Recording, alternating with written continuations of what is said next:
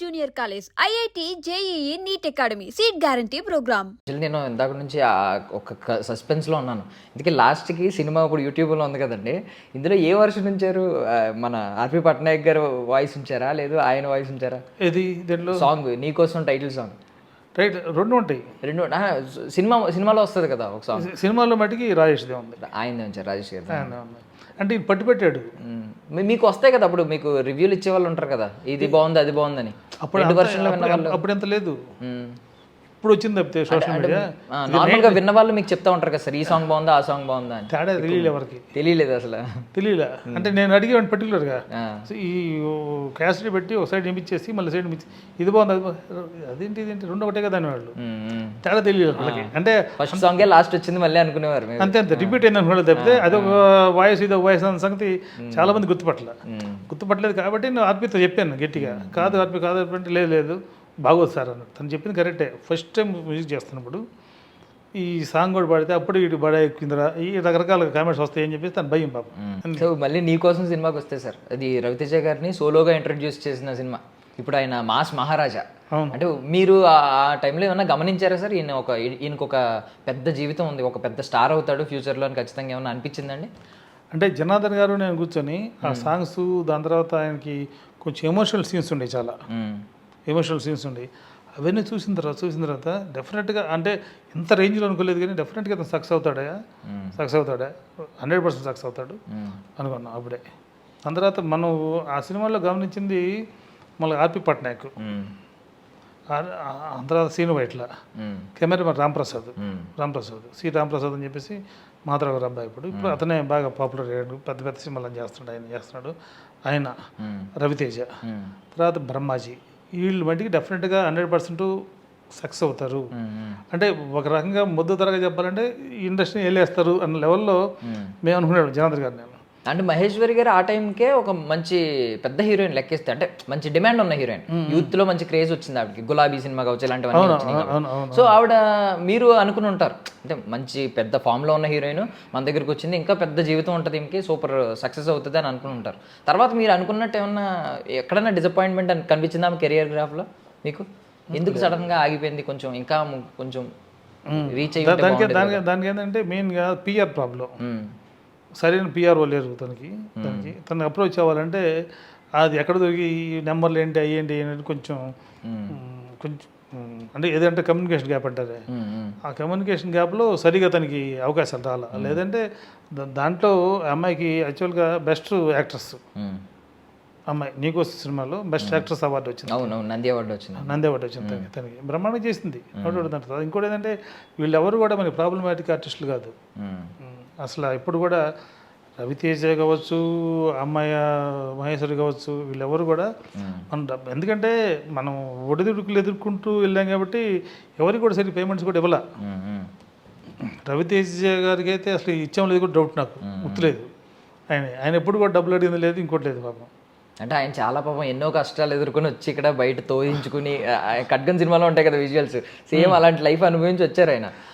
పైగా సినిమా ఆగిపోతున్న దశలో మీరు ఎదురయ్యారు కాబట్టి మీరు కొంచెం దేవుడు లెక్క. ఆయన సోలోగా హీరోగా ఇంట్రొడ్యూస్ అవుతున్నప్పుడు మీరు ఆగిపోతున్న పరిస్థితిలో మీరు ఎదురయ్యారు.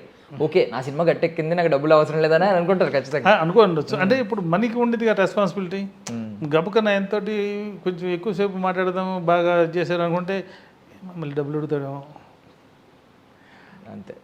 ఆయన భయంతో సరిగా ఎక్కువ కూడా మనం ఇది చేసేవాళ్ళం కాదు. అప్పుడు వైజాగ్లో మంచి లొకేషన్లో చేసాం సాంగ్. అది కృష్ణారెడ్డి గారు మన ఆడియో ఫంక్షన్ అప్పుడు వచ్చి సాంగ్స్ ప్రొజెక్షన్ వేసాం కదా, అది చూసి శ్రీనివాస్ ఎక్కడ చేశారు సాంగ్స్ అన్నాడు. ఏ కంట్రీ అన్నారు, వైజాగ్ అండి అన్న. ఊరుకోండి మీరు అన్నీ ఇట్లానే సరదాగా మాట్లాడుతుంటారు, సరే చెప్పండి నాకు అన్నాడు. ఏమంటే ఆయన రాంప్రసాద్ ఒకసారి కృష్ణారెడ్డి గారు పిలుస్తున్నాడు. అన్నాను మన సాంగ్స్ ఎక్కడ చేసాము అడుగుతున్నాడు ఆయన. అంటే వైజాగ్ అన్నాడు.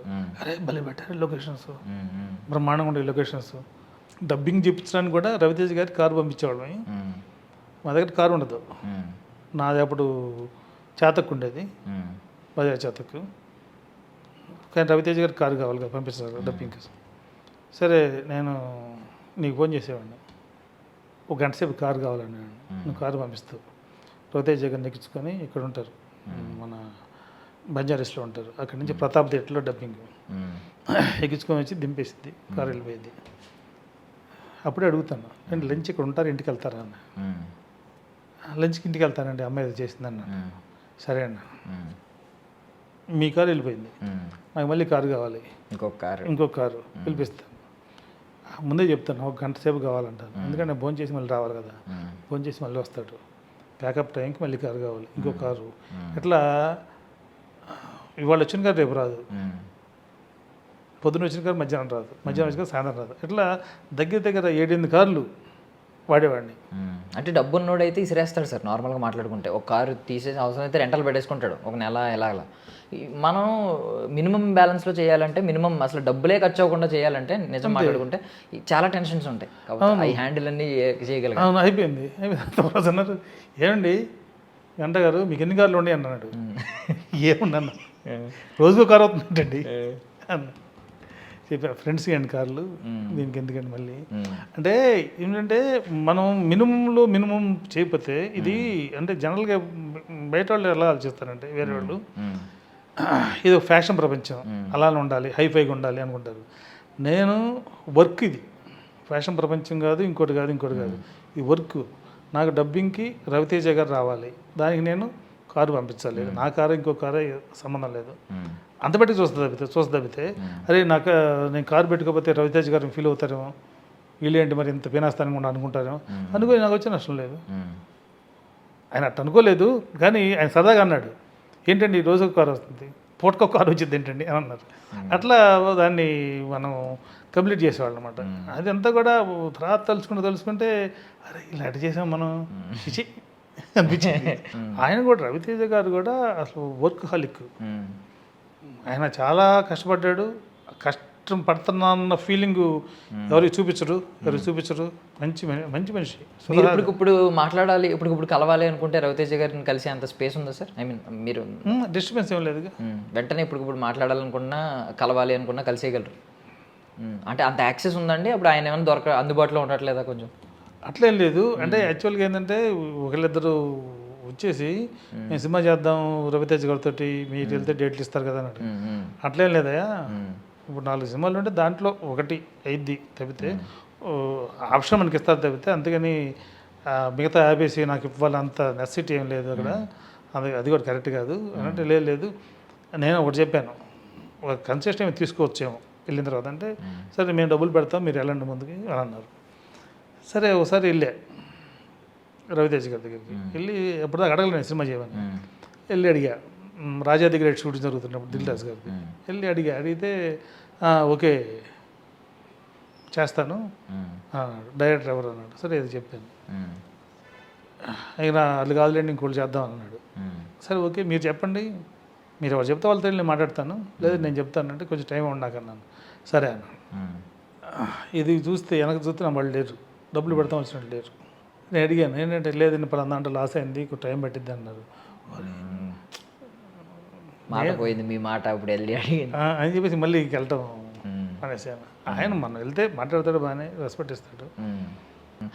మ్యాక్సిమం నేను కూడా ఇది విన్నాను సార్. అంటే ఇప్పుడు ఎక్కువగా ఈ ప్రొడక్షన్ మేనేజర్లు, ఈ ఎగ్జిక్యూటివ్ ప్రొడ్యూసర్లు ఇలా పేర్లు ఉంటాయి కాబట్టి వీళ్ళందరూ కూడా సినిమా అయిపోయిన తర్వాత చాలా పేమెంట్లు వాళ్ళకి పెండింగ్ ఉండిపోతాయి, కొన్ని రావు కొన్ని సినిమాలకి అని చెప్పి. ఈ వాస్తవమేనా సార్? వాస్తవమే.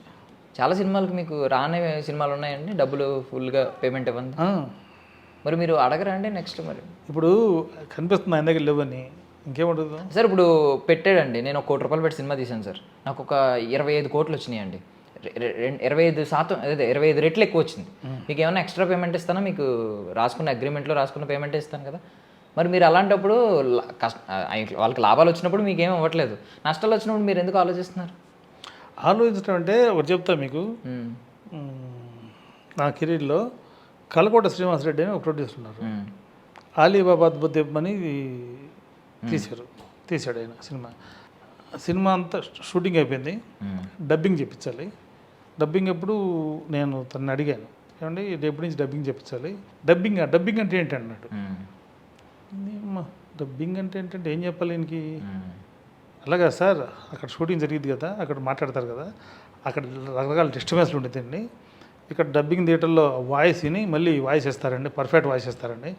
అక్కడ ఎమోషన్ కూడా కొంచెం స్లోగా అని చెప్తారండి, ఇక్కడ కరెక్ట్ ఎమోషన్తో డైలాగ్ చెప్తారు అన్నాను. ఎందుకండి అక్కడ స్టార్ట్ సౌండ్ ఇవన్నీ చెప్తున్నారు కదా సార్, మళ్ళీ ఎందుకండి డబ్బులు దండగా అన్నాడు.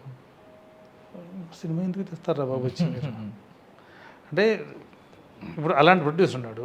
అలాంటి ప్రొడ్యూసర్ మళ్ళీ ఇంకో సినిమా తీసాడు అక్కుం బక్కుం అని, అది కూడా ఆలీతోటే, అది నానా రకాల తంటాలు దానికి.